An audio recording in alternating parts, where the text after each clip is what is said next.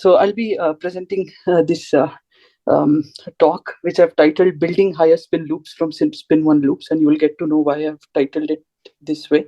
So this is ongoing work with Loga at ICTS and Arnab at ISR Bhopal. Okay, so let me begin. So first of all, I'll kind of introduce the broad question we want to answer.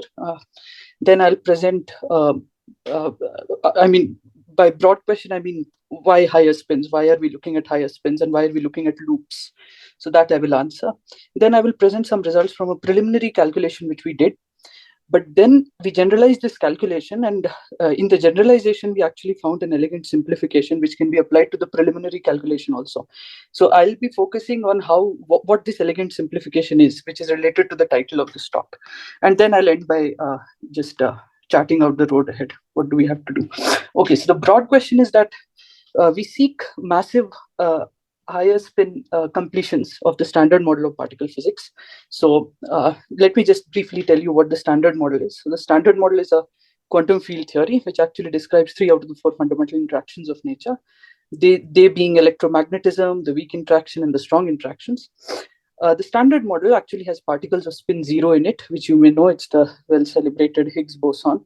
Spin half, which are the matter particles, being the leptons and the quarks, and spin 1 being the gauge bosons, the force mediators like the photon. Now, the natural question which we can ask, almost just like with childlike curiosity, that can we add particles of spin higher than 1 into the standard model? Now, such a model would actually be called a higher spin completion of the standard model. Now, apart from this childlike curiosity, but why are such models interesting? So why seek higher spin completions? So the motivation for seeking higher spin completions actually comes from string theory.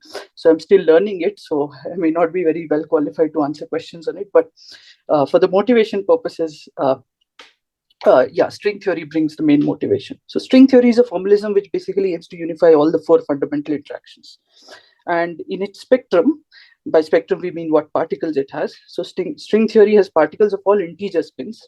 To be specific, bosonic string theory has particles of all integer spins in it. And if you look at superstring theory, it also has particles of all half integer spins. Now, string theory in low energies, it is expected to flow to the standard model, or in simpler words, our world.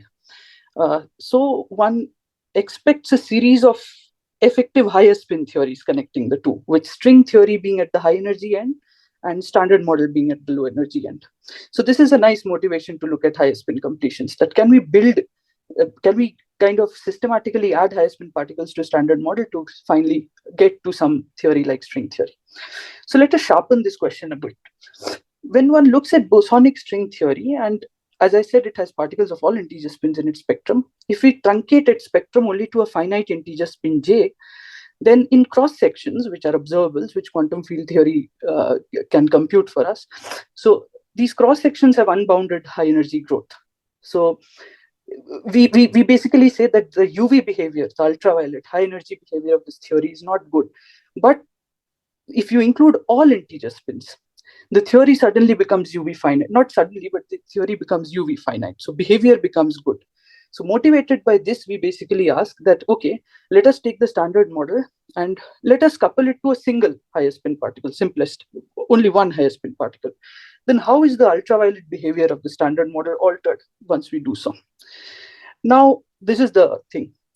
Okay, so now the standard model is a complicated model to start from, has many particles. You have many particles in it, leptons, quarks, gauge bosons, etc. So let us begin from a very simple model, which is lambda phi-4 theory. So lambda phi-4 theory is the theory of a single particle described by the phi. So the first line which you see is a Feynman diagram, which is the propagator of the phi particle. So you can visualize it like it's a phi particle propagating in space-time. And it's a phi-4 theory, so it has interactions also. So the 4 phi particles can interact at a point with a probability amplitude being proportional to the coupling lambda. Now, let us add a single higher spin particle into it. Now, how do we add a higher spin particle? So a higher spin particle is of integer spin j and of mass m. So we represent it by a field like this with j Lorentz indices. And to be a bit technical, it actually transforms in this particular irrep of the Lorentz group, as a result of which it has these properties that among all these Lorentz indices, it is symmetric. It is trace-free with respect to any two. That is, you contract with eta and you get zero. And it is transverse also. If you take the field in the momentum space and contract it with the momentum it is carrying, with one of the Lorentz indices it is carrying, then you will get zero. Now, in our so I'm describing the preliminary calculation which we did. I've still not come to the fun part, but okay. So the higher spin particle was coupled to the scalar via interactions of this form.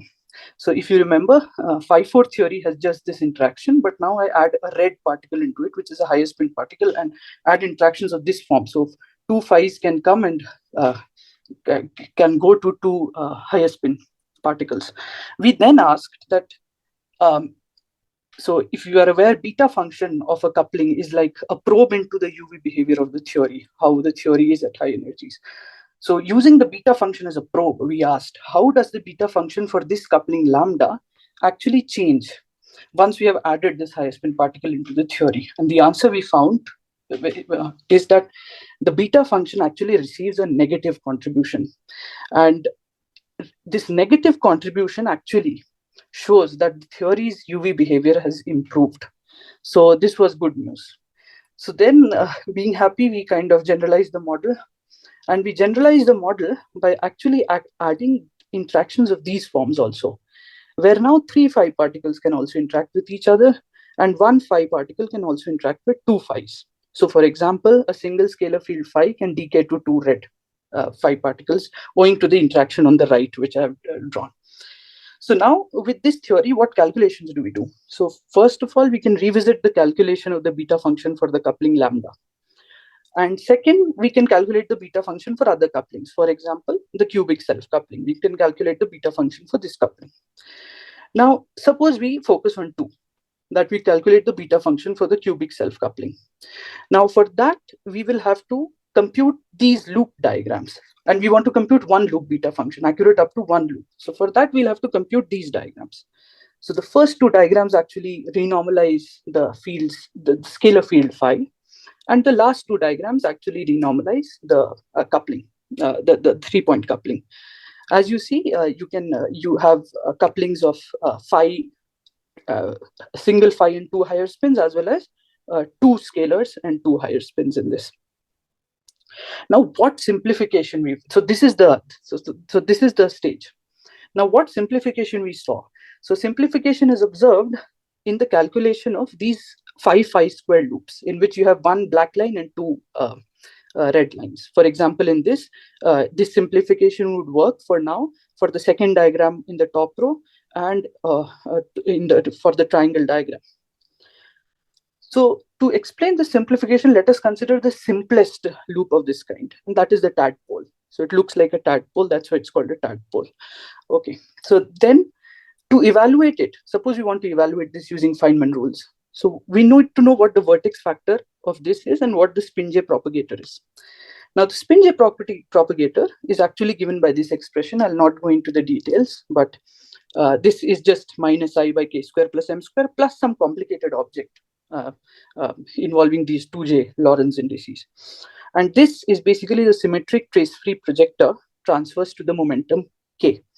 I'll not explain this because it will take up a bit of time, but what all you need to know that the propagator has this structure in it, which in general is quite complicated. Why is it complicated? Let me show you. So this is the formula for the projector.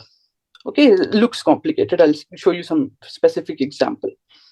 But the take-home message is here that the spin J projector is made up of these thetas, and these thetas are the spin 1 projectors. So this crucial point that the spin J projector is itself built up from spin 1 projectors is what enables us to build spin J loops from spin 1 loops. For example, the spin 2 projector is this object. So you see that it's a bit complicated. Spin 3 I wanted to write, but my slide was not able to contain it, so I dropped the idea. So it's quite complicated object, lengthy object. Now, what is the vertex factor? We need the vertex factor to compute the tadpole also. So the vertex factor is basically given by this expression, where the H's are the couplings at this vertex. So we first classified what couplings can be of this form, and we found that if the particle has spin j, then they can actually be j plus one of them. Again, this I will not be going into how we classified because it would take up time. And this is the vertex factor. So here mu tilde is the Dimreg scale, which is a technical thing. But the H here, you see, are the coupling constants associated with this vertex. Now, what is the structure V bar? So the V bar structure itself is made up of the projectors. And this was a very clever thing to do. Why do we introduce projectors into the vertex factor itself? So that because if we kind of make V bar out of projectors, then all the symmetries that this vertex has to respect get automatically satisfied. So in particular, the vertex factor has to enjoy these 5 symmetries. And if we include p's into the vertex factor, along with their coupling constants, these symmetries get automatically satisfied. Now let us come to calculating the tadpole, because we know what the spin j projector and the vertex factor is. So when we do that, we get this expression. Now, if you look at this expression, it is natural to kind of club the V bar and P together and define a structure called the T bar A, which is given in the last line. -1 to the L has been included for future convenience. Now what happens is that V bar is made up of 2 P's, and the 2 P's, now V bar is made up of 2 P's, and the 2 P's here combine with the third P in T bar to give us a single P. This simplification is because P's are projectors. So 2 P's can combine to give a single P, because if you recall, the projector property of a projector is that P square is P. So finally, what we end up is a very simple expression for T bar A, which is given by this. Now we can actually represent T bar A itself diagrammatically, which I represent like this. So I have changed the color of the loop from red to magenta, because this is actually not the Feynman diagram, but only a part of the integrand of the tadpole. Now the fun will, yeah. Can you wrap up in 1 minute? Yeah, 1 minute. I'll need 1 minute. Yeah. So now the fun will begin. The fun begins because in T bar A, you have a single P. And you now expand this spin JP in terms of spin 1 P's. And when we do that, we see that this T bar AJ elegantly reorganizes itself into structures with only a spin 1 particle circulating in the loop. So this is what simplifies it very nicely. For example, the spin 2 tadpole actually becomes a polynomial in these. So you have the first term is the square of the spin 1 tadpole, and the second one is a spin 1 structure. But this spin 1 structure actually occurs not in the tadpole, but a level higher in the self energy. But you should keep in mind that completely in terms of spin 1 structures, the spin 2 tadpole is determined. And we have actually written down Feynman rules to predict these coefficients, to predict these coefficients C1 and C2 also. Yeah. So now the floodgates open, because once we have found this trick, we can actually do this. For example, the spin 2 self energy will be a polynomial in these structures: the spin 1 tadpole, the spin 1 tadpole in the spin 1 triangle, and the spin 1 box. And the principle being that a spin j loop structure with k external scalars can be expressed as a polynomial in spin 1 till kj external scalars. So summary is that give us all spin 1 loops and we can give you any spin j loop. This is a 1-line summary of this nice thing we found. So the road ahead is that we want to extend this formalism to the phi square loops too. And with that done, complete the UV analysis of this phi 4 theory coupled to high spin particle, and then move to other sectors of the standard model, fermions, gauge fields, and see whether this building from spin 1. For fermions, it may be spin half, I don't know, but whether this building structure exists there too. So I'll end here. Thank you. Thanks, Shridhar. Yeah, questions? Hi, Shridhar, can you go a couple of slides like above? Here in the spin 2 propagator. So suppose I wanted spin 3 propagators. So do you have an obvious way of decomposing it into lower spin? Or yeah, because I'm not seeing the pattern so far. Yeah, so spin j loop structure with k external scalars, what I've written here, it can be expressed as a polynomial in spin 1 loop structures with till kj external scalars. So for this diagram, j was 2 and k was K was also 2. Sorry, let me. So J was 2 and K was also 2.